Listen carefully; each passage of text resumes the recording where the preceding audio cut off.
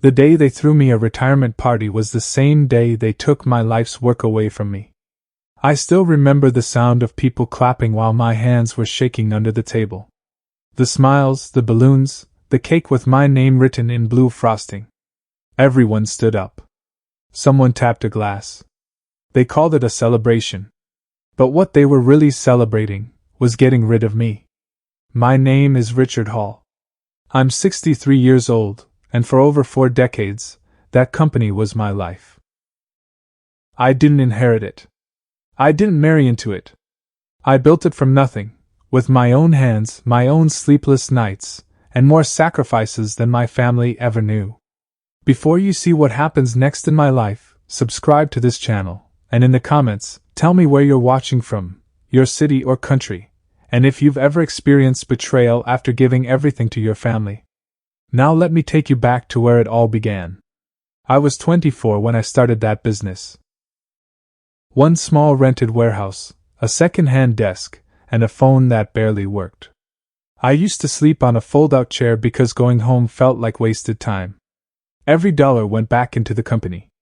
Every mistake was mine. Every win, I barely noticed because I was already worrying about the next problem. My wife used to joke that the company was my first child. Maybe she was right. I miss birthdays. I miss school plays. I miss family dinners. Not because I didn't care, but because I believed I was building something that would take care of them long after I was gone. And for years it worked. By my mid-40s, we weren't just surviving, we were respected. Local contracts. Steady growth. Employees who had been with me since the beginning. People shook my hand and said things like, "Richard, this company is you." I believed them. When my 2 children joined the business, I felt proud. That was the dream, wasn't it? A family business. Legacy. Continuity. I trained them myself. Taught them every process, every relationship, every weakness of the system. I trusted them the way only a father can. Looking back, that might have been my first mistake. As I crossed 60, everyone started using the same word around me. Retirement. They said it gently at first. Like a suggestion. Like they were doing me a favor. "Dad, you've earned it. You should slow down. Let us handle the stress now." I wasn't stupid. I knew my energy wasn't what it used to be. My knees hurt. My back complained every morning. But my mind was sharp. Sharper than ever, maybe. Experience does that to a man. Still, I agreed to step back, slowly. Advisory role. Fewer hours. More trust in them. That trust would cost me everything. The retirement party was their idea. They booked a private room at a nice restaurant. Invited employees, partners, even a few local business friends. There were speeches prepared. A slideshow. Old photos of me standing in front of that original warehouse, younger, thinner, eyes full of hope. People laughed. Some cried. I stood up and thanked everyone. I said how proud I was of my children. How confident I felt leaving the business in their hands. I meant every word. Then my son handed me an envelope. He smiled. Everyone clapped again. "This is just some paperwork," he said. "Nothing you need to worry about tonight." I didn't open it there. I didn't want to ruin the moment. That was the kind of man I was. Always thinking about others first. That night, after the party, after the hugs, after the last guest left, I sat alone in my study and opened that envelope. Inside was a formal notice. I had been removed from all operational authority. My access to company accounts was terminated. My role was reduced to non-executive consultant, effective immediately. At the bottom was a line that burned into my memory. "This decision has been made in the best interest of the company moving forward." I read it 3 times, hoping I was misunderstanding something. I wasn't. The next morning, my keycard didn't work. The security guard, a man I had hired myself, looked uncomfortable as he told me he'd been instructed not to let me in without prior approval. I stood there, in the parking lot of my own company, feeling like a stranger. When I confronted my children, they didn't raise their voices. They didn't argue. That hurt more than shouting ever could. "Dad, this is just business. You said you trusted us. You're too emotionally involved." Too emotionally involved. In the company I built. With the people I raised. Within weeks, my office was reassigned. My name quietly removed from the website. Decisions were made without me. Long-time employees stopped calling, not because they didn't care, but because they were afraid. That's when I realized something terrifying. They hadn't pushed me out suddenly. They had planned this. Slowly. Carefully. While I was busy being proud. I went home earlier than usual one afternoon and sat alone in the living room, staring at the walls. My wife had passed years ago. The house felt too quiet. For the first time in my life, I had nothing urgent to do, and nowhere I was truly needed. That silence nearly broke me. But buried under that pain was something else. Clarity. Because as they celebrated my retirement, they forgot one thing. I wasn't finished yet. And I wasn't as powerless as they thought. The first few days after being locked out of my own company were the hardest.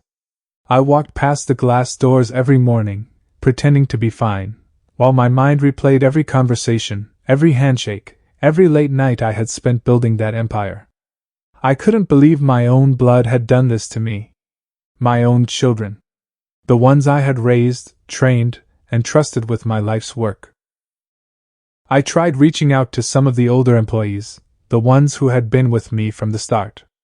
Some looked at me with pity, some with hesitation, and a few avoided me altogether. They had been told to stay neutral. "Don't get involved," they said. "It's safer that way." And just like that, the walls I had built around my company seemed to close in on me. I spent nights walking through the empty rooms of my house, my mind racing. How had it come to this? I had always thought that family and trust were inseparable. I had thought that love meant loyalty. But apparently, in business, family ties can be the most dangerous betrayal of all. One evening, as I sat in my study staring at the old ledgers, I realized that crying or sulking wouldn't change anything. My children believed they had won. They thought I was broken. And that arrogance would be their biggest mistake.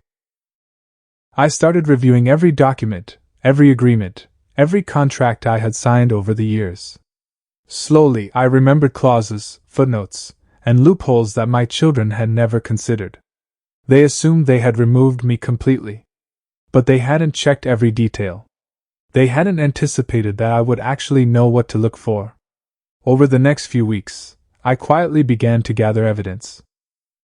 Not to confront them with shouting or anger, but to prepare for what I knew might be inevitable, a legal battle. Emails, transaction records, board meeting minutes, every small detail could be crucial. My children had been careless, blinded by greed and the thrill of power. During this time, I also reached out to some of my oldest friends in the business world. People who had known me since the first warehouse. They were shocked, yes, but many were willing to help once they saw the evidence. I learned that the more quietly I moved, the more advantage I would have. Public confrontation would only make me look desperate. Silence, patience, strategy, these would be my weapons. Meanwhile, my children acted as if everything was normal. They flaunted their control, making small, unnecessary decisions just to prove to the world that I no longer had influence. The arrogance in their eyes was almost comical if it weren't so painful. Each reckless move they made became another piece of ammunition for me. I took notes. I stayed calm. I watched. Every overstep they made, every secret they believed I wouldn't uncover, brought me closer to reclaiming what was rightfully mine. One night, I sat alone in the darkened office of the building I had created. My reflection in the window stared back at me, older, tired, but not defeated. For the first time in weeks I smiled. Not a cruel smile, but a determined one. They had underestimated me. And underestimating me would be the costliest mistake of their lives. I started planning my first move. Not a loud one. Not something that would alert them to my intentions. but something precise, surgical, and undeniable. I had friends in accounting, legal contacts I had nurtured over decades, and a clear understanding of the internal workings of my company. I knew where every weak link was, every vulnerability they had created. And I intended to exploit them, quietly, perfectly, and legally. As I prepared, I also thought about the emotional side of this betrayal. My children had shown me no respect, no gratitude, no loyalty. They had treated me as if I were obsolete. But I knew revenge was not about anger. It was about justice, reclaiming dignity, and showing them the consequences of their greed. This was not just about money or power. It was about proving to them that a man who built an empire with his hands could never be removed so easily. I began to document everything meticulously. Every slight, every betrayal, every decision made without me. I kept copies of contracts, board notes, and personal communications. Even small details mattered. A single overlooked clause could change everything. And I discovered some interesting things. There were signatures they had forged, meetings held without proper documentation, and decisions made that violated corporate policy.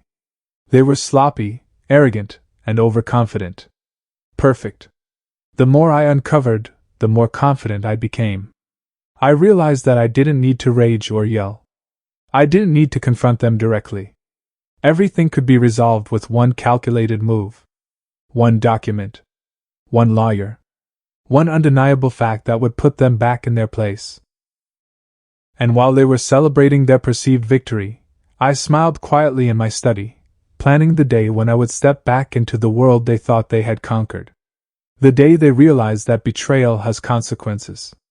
That no one can erase a lifetime of work and experience without paying a price. That day, I promised myself, would come soon. Very soon. The lawyer didn't smile when I told him my story. And that's how I knew I was finally in the right room. He was an older man, maybe late 50s, with silver hair and tired eyes, the kind of eyes that had seen enough betrayals to stop being surprised by them. He listened without interrupting, flipping slowly through the documents I had brought. Every now and then, he paused, read a line twice, and marked it with a yellow tab. When I finished, the room went quiet. Finally, he leaned back and said, "Richard, they didn't just push you out. They broke the rules doing it." That sentence did something to me. For weeks, I had felt like a discarded object. A relic. A man past his expiration date. But in that moment, I felt something I hadn't felt since before the retirement party. Ground under my feet. He explained it slowly. Patiently. Like he was talking to a man who deserved respect. There were procedural violations. Board decisions made without proper quorum. Authority transferred without unanimous consent. Something my children clearly didn't realize was required under the original operating agreement. An agreement I had written myself, 37 years ago. They had skimmed it. I had lived it. The lawyer looked me straight in the eye. "You still own controlling interest," he said. "They just assumed you wouldn't challenge them." Assumed. That word came up a lot. They assumed I was tired. They assumed I was weak. They assumed age meant ignorance. They were wrong. But the lawyer also warned me. If I moved too fast, too loud, they would close ranks. Deny everything. Paint me as a confused old man clinging to the past. I had seen that strategy used on others before. I wasn't about to let it be used on me. So we planned something different. Quiet pressure. The next few weeks were some of the most disciplined days of my life. I followed every instruction. I didn't call my children. I didn't confront anyone. I didn't even step near the company building. Instead, letters were sent. Formal ones. Polite ones. Firm ones. Requests for documentation. Notices of review. Questions that couldn't be ignored without legal consequences. Each letter was perfectly worded, not threatening, not emotional, just inevitable. That's when the calls started. First from my daughter. "Dad, why are you doing this?" she asked, her voice tight. We thought you wanted peace, she said. Peace. That word hurt more than anger ever could. I told her calmly that I was simply reviewing matters related to my ownership. Nothing more. Nothing less. She hung up without saying goodbye. Then my son called. His tone was different. Sharper. Defensive. You're embarrassing us, he said. This is unnecessary. I almost laughed. Unnecessary. I had built the company with my bare hands while he was still learning how to tie his shoes. And now he was telling me what was unnecessary. But I didn't argue. I didn't raise my voice. I simply said, if everything was done correctly, you have nothing to worry about. Silence. That silence told me everything. Inside the company, things began to shift. Employees were confused. Meetings were postponed. Decisions slowed down. Vendors started asking questions. The calm confidence my children had displayed after the retirement party began to crack. I watched it all from a distance. That was the hardest part, staying invisible while everything I cared about trembled. But I reminded myself, storms don't need noise to be destructive. Then came the meeting request. They wanted to talk things out. Family talk, they called it. We met in the same boardroom where I had once signed our biggest contracts. The same room where my name used to sit at the head of the table. They sat together on one side. I sat alone. That told me everything I needed to know. They spoke first. About misunderstandings. About timing. About how things had moved faster than expected. Not once did they apologize. When it was my turn, I placed a single folder on the table. Inside were copies of the documents they hoped I had forgotten. Clauses highlighted. Signatures circled. Dates underlined. I didn't accuse them. I educated them. I explained calmly that their actions were invalid. That their authority was incomplete. That legally, ethically, and structurally, they had overreached. Their faces changed. Confidence to concern. Concern to fear. My son tried to interrupt me. I held up my hand. I listened to you when you said I was done, I said. Now you listen to me. That moment felt strange. Not powerful, just necessary.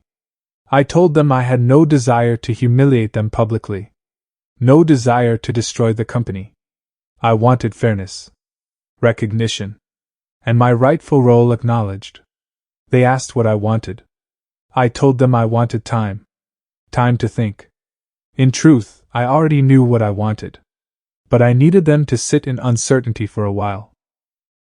To feel what I had felt standing outside my own building, locked out and invisible.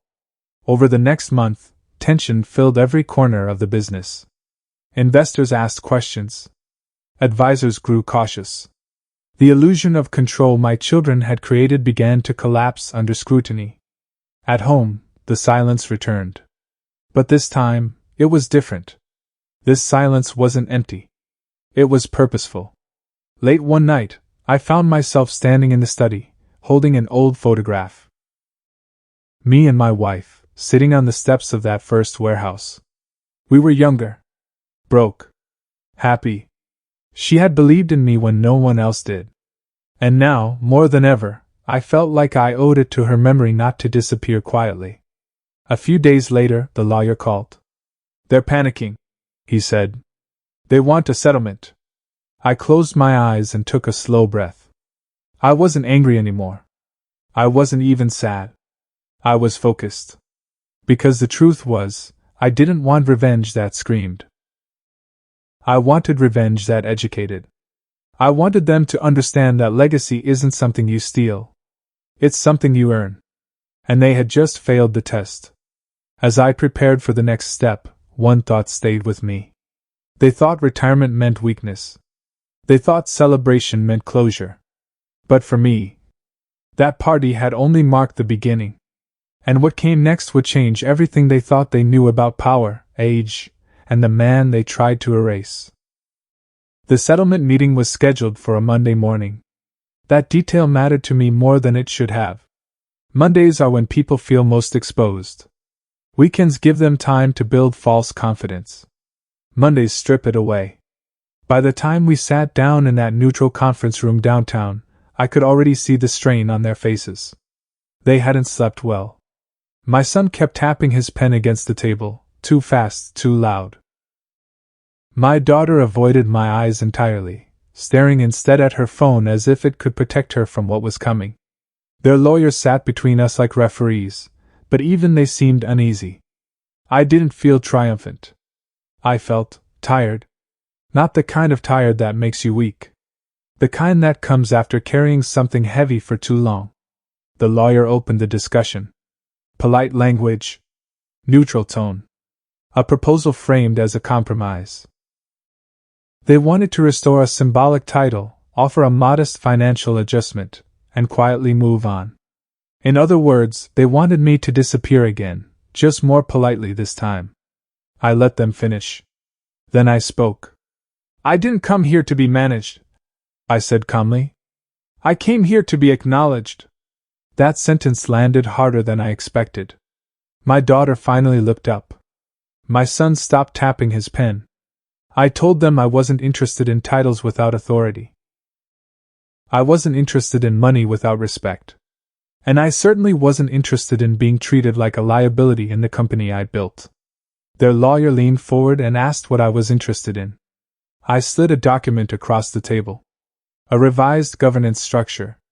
Clear authority lines. Independent oversight. And one non-negotiable clause. Any future attempt to remove me from decision-making power would require unanimous consent, including mine. Silence filled the room.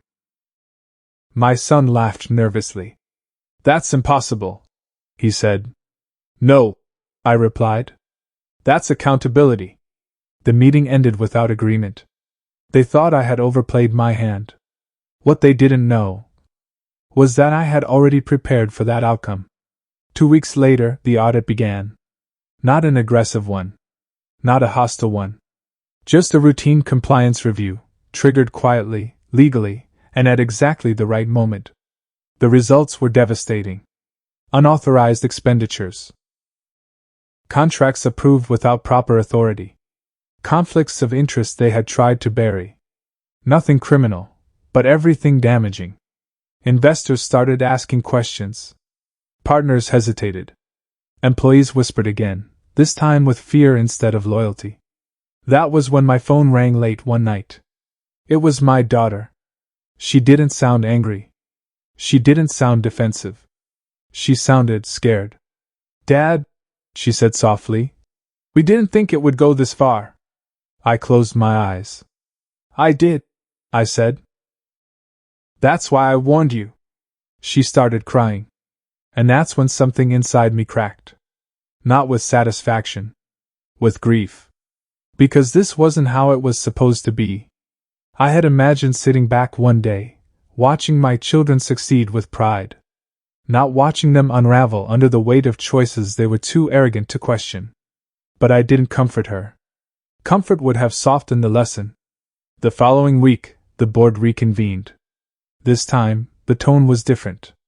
No smiles. No confidence. Just urgency. They accepted my terms. Every single one. Authority restored. Governance corrected. Oversight established. On paper, I had won. But victory didn't feel like I expected. When I walked back into the company building, this time with full access, employees stood up. Some applauded quietly. Others just nodded, relieved. My old office had been repurposed. I asked for it back. Not because I needed the space, but because I needed them to remember. That first afternoon, I sat alone at the desk and ran my fingers along the wood. It still had the same scratch near the edge, the one I made years ago rushing to sign a contract. I should have felt powerful. Instead, I felt something closer to sadness. Because authority returned. But trust did not. My children avoided me in the hallways. Meetings were formal, stiff, mechanical. Family dinners stopped altogether. Birthdays passed without calls. I had reclaimed my company. But I had lost my family. One evening, long after everyone had left, I stayed behind in the office and looked out at the city lights. The reflection in the glass showed an older man than the one who had stood there decades ago, wiser, stronger, and lonelier. That's when I understood the real cost of betrayal. It doesn't just take something from you. It forces you to choose between dignity and denial. And I had chosen dignity. But the story wasn't finished yet. Because what happens after power is restored is often more dangerous than losing it. And the final test, the one that would define how this story truly ended, was still ahead. Months passed after I regained control of the company. Externally, everything seemed back to normal. Meetings ran smoothly. Contracts were approved. Employees breathed a quiet sigh of relief. On paper, I was back at the top. But the truth was far more complicated. My children hadn't apologized. Not once. Not a word. They avoided me like I was some inconvenient truth. Every handshake was cold. Every smile forced.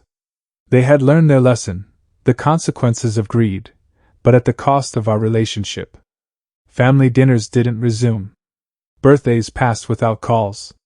The house that once echoed with laughter felt quieter than ever. I had everything I wanted: power, authority, recognition, yet the victory felt hollow. One evening, I sat in my study, staring at the framed photograph of my wife and me outside the first warehouse we had started from nothing. I realized then that life's real battles weren't fought in boardrooms or courts. They were fought in hearts, in trust, in the moments you can't reclaim. Yet, even as I accepted the loneliness, I understood something crucial. Revenge isn't about cruelty. It's about restoring balance. It's about making people see the weight of what they've done, and making sure they carry that weight for as long as they live. I made a few subtle changes at the company, changes so quiet no one noticed them immediately, but which ensured that every future decision would be fully accountable. Every board vote required signatures. Every contract needed oversight.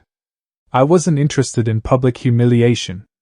I was interested in justice, in teaching the hard lessons that power demands.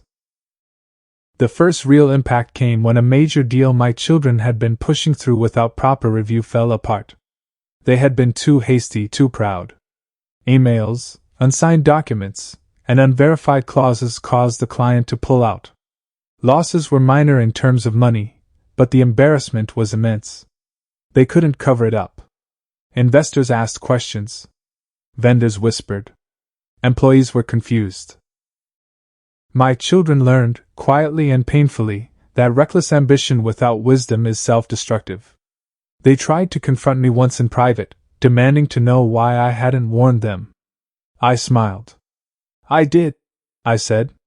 Silently every step of the way. You just refused to see it.